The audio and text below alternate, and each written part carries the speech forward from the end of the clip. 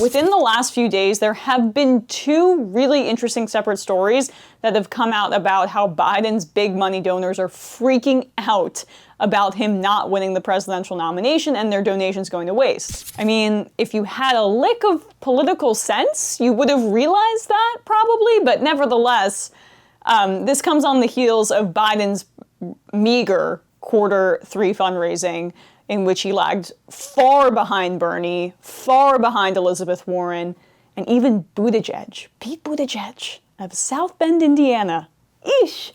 So listen to these quotes from big money Democratic donors and Biden donors. They're not pretty. Look, let's be honest. He's a weak frontrunner, one major donor said. They're just not where they should be. A lot of us are really concerned, another Democratic bundler said. We think Biden is the strongest out of the lot, but he hasn't exactly shown that he can play the part yet, which might mean he's not the strongest out of the lot, because their view of strongest out of the lot means the one that can protect their interests best, their pocketbooks best. I mean, what rational person thinks that this guy is the strongest out of the lot, again, if strongest isn't directly referring to their wallets? The president my friend from Vermont thinks that the employer is going to give you back if you negotiate his union all these years. I'm the first U.S. senator I ever knew. I got out of school, and in 4 years I was running for the United States Senate. They invaded another country and annexed a significant portion of it called Crimea. Right. He's saying that it was my boss, it was his fault. He forgot Obama's name there. Just let that sink in. His whole campaign's about Obama. I mean, he forgot he was campaigning in New Hampshire and thought it was Vermont. New Hampshire's the second primary state. You've been in politics for like a million years. It's just not good. It's really sad. So these two reports, one from The Hill and the other from the New York Times, they spoke to Biden donors.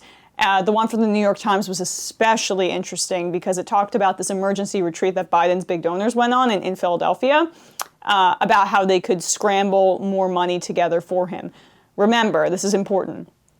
Candidates like Bernie and Warren, who are relying on small dollars, aren't worried about this because they don't have to fear their donors maxing out of their donations. Biden's getting money from rich people, largely. So he has to worry when they hit the legal limit, right? Bernie and Warren don't have to worry about that much. And that's why we're seeing this downturn.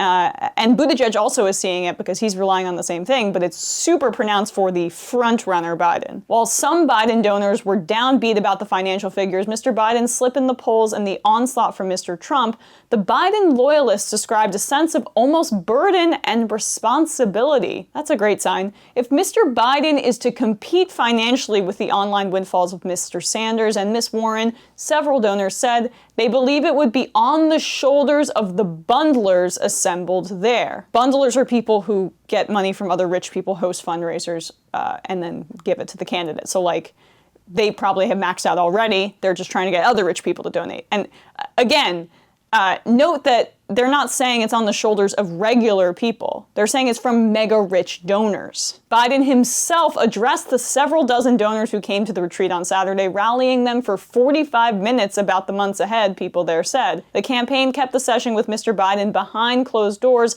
despite pledging to open his fundraising events to reporters.